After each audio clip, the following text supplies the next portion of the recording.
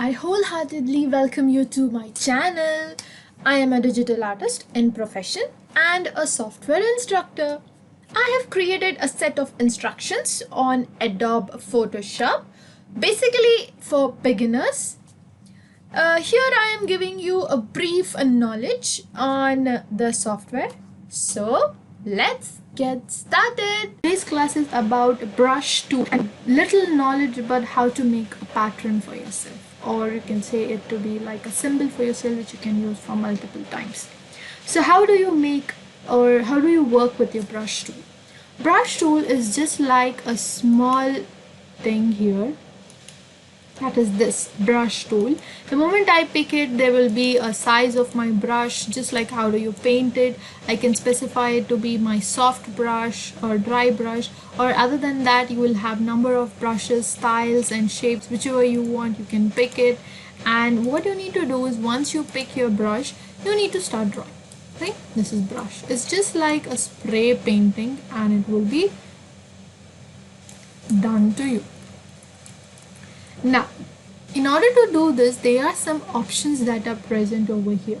You can see the size of my brush currently is 1005 something. If I want to make it small, I'll just use my square bracket of my left side, and this is how you can see it is reducing. If I press on the right side one, it is increasing. This is how I can increase. There is something called as opacity. See, if I reduce my opacity and if I click, you can barely see anything.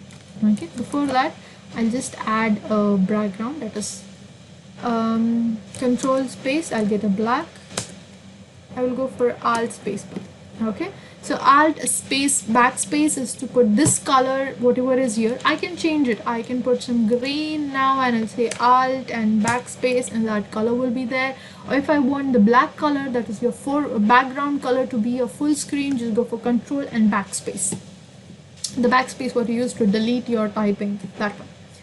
Now what I'll do is I'll take a brush here and I will change the color of it. I'll change it to something that is more visible on the screen. And since I have reduced my opacity, the moment I click, you can see barely. But opacity is like I'm clicking on the same spot multiple times. What he is actually doing, he's actually building up the opacity. Means one above the other, one above, like 13 plus 13, he's making 26. Like that, he's increasing it. But I want in my one single stroke, he's very less.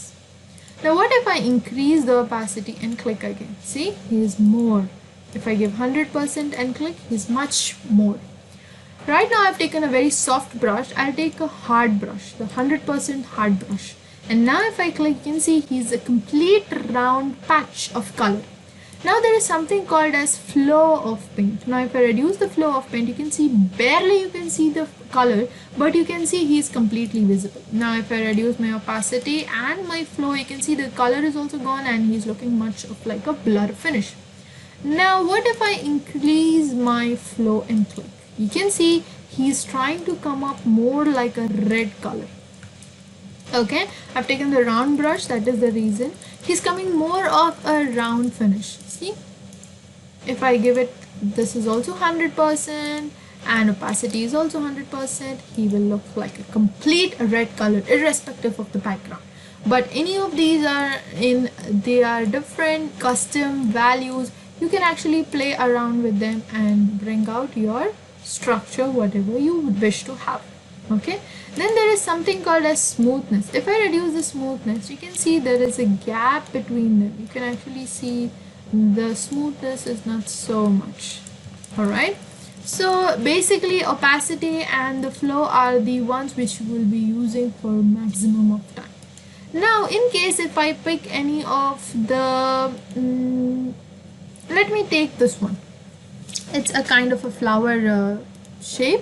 The moment I click, it's flowery. I'll just increase the size of it and then I click. You can see it's flowers. My brush is like flowers which I have made it. Now they are all of them are facing on one side, that is either left side or right side. You can see all of them are on the left side, but I can actually rotate them. So how will I rotate? Go to drop down and you have an angle here. If I pick this side, you can see here they are on below. If I bring them on the top somewhere here and if I click, you see they're on the left and right side. Again, if I go back here and change their direction, and if I come and click, you can see again they are changing in different order. See, the moment I took the shape, it has changed to some different kind of brush, and you will have something called as wet, load, mix, flow, many stuff. What is this brush? This is actually a mixture brush. It is basically used to mix two different colors. I'll show you an example here. I'll make this color actually a completely white, okay, and alt backspace to get that color. Now I will take my brush, the normal brush one, and I've taken that bigger hard brush. I'll give a color of red, okay. I'll increase the size of my brush, and here is my red color. I'm sorry, I'll just give everything 100% so that I can show you much clearly. And this is my red color here, which is completely red. Again, I'll go back and I will take blue color and I will click here, okay. Now I'll go and take my mixture brush. My color is blue, and I will go for a normal brush, hard brush only, okay. And now see, when I'm trying to do, what he's trying to do is he's trying to mix them together. See, he's trying to mix that color, okay. Now again I will go here down and I want my red color to come up, so I'll go Control Z, okay. I'll just go and bring in my brush tool and add the blue here, and then again I'll go for mixture tool, okay. Now what I'll do, load the brush. I have loaded the brush, and see, it's blue color. Again I will come here, it also blue color. So what I'll do is just clear everything, and you can see you can mix them together, and you can see in the middle it is actually a purple color is forming. See here, it is actually mixing with the blue. Again clear it, and again take your red, again clear it, and you can mix it because everything is here, but mixing is very few. You can see here the mixing level is very less.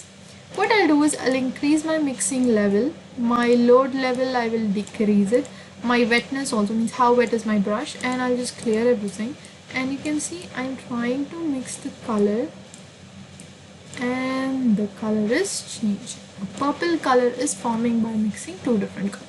So that's what that mixing brush does. Other than these, there is one more thing that you need to know about brushes is the moment you take a less normal brush, there is something called as brush setting. You need to go to here Windows and you need to offer brush settings, and here you get this option bar, okay. I will just take any random brush. I'll take these dotted brushing, and the moment I click on the screen, you can see I'm getting the splatterings. If I increase the size of my brush, you can see the splatterings are there, but the splatterings are very near to each other. What if I decide I want my splatterings to be of different color? Sorry, I'll just make this completely white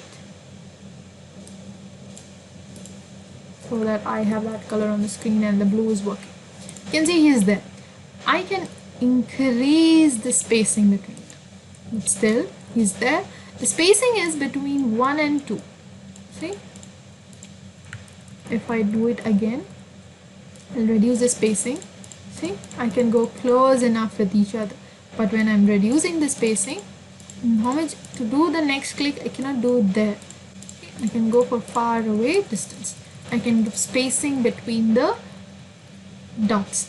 Next, I can even specify what is my dynamic shape of it, how much I want the jitter to be like smaller to the bigger one, then the scattering, how oddly I want it to be scattered, transferring, how much should be the opacity. See, if I do, there are some big, there are some big, small one, they are more like a splash of colors. This is what you need to just play around with it, and you can make your own brush into that. This is about your brush and stuff. Now the next thing is pattern making. How do you make your own pattern? Right now I'll just go for a rectangle tool. Oh, I didn't tell you about there is something called as custom shapes. When you go for custom shapes, you have a list of shapes here, like whichever shape you want you can pick and keep it, and that's your shape. I'll just delete it and I'll take my shape from here, and right now the shape I have taken up, and I can click and drag and hold my shift and alt so that it stays even from all the side, and here he is, okay, along my background. And I want this to behave like a pattern. So how can I make this into a pattern? I'll select it, I'll go to my edit, and down there is called as define pattern, and it is actually defined as pattern for me. Now I will go back and create a new layer, switch it off it, and I will actually draw a rectangle here. Okay, a rectangle is drawn. I can go for fill, or I have option here called as patterns, and the pattern what I had recently done I can put onto it.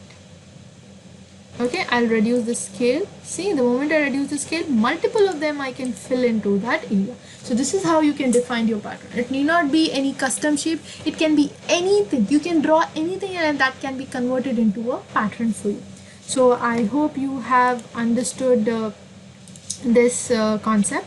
Now we'll just go for some more stuff. Okay, I'll just delete this one, and I'll come back to the black one. And what I'll do is I'll take my brush. You remember I had a leaf brush here. I'll take that one and I'll just say clear everything. Color, I will pick some more like a pale yellow color, and I will put it here. Okay, I'll just go Control Z and I'll give the maximum mix. I'm sorry, I'll go for the lowest mix, or else he will mix with yellow, and that is the color what I have got it from here. Alright, I will actually reduce my water also, and now if I add, you can see it's more of a color, but I'll go for a new layer and switch this, delete it.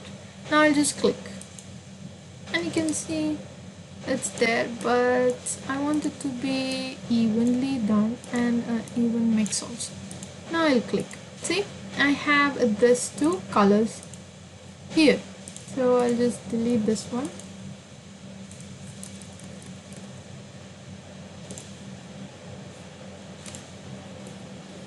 I'll go for clear everything and I will click.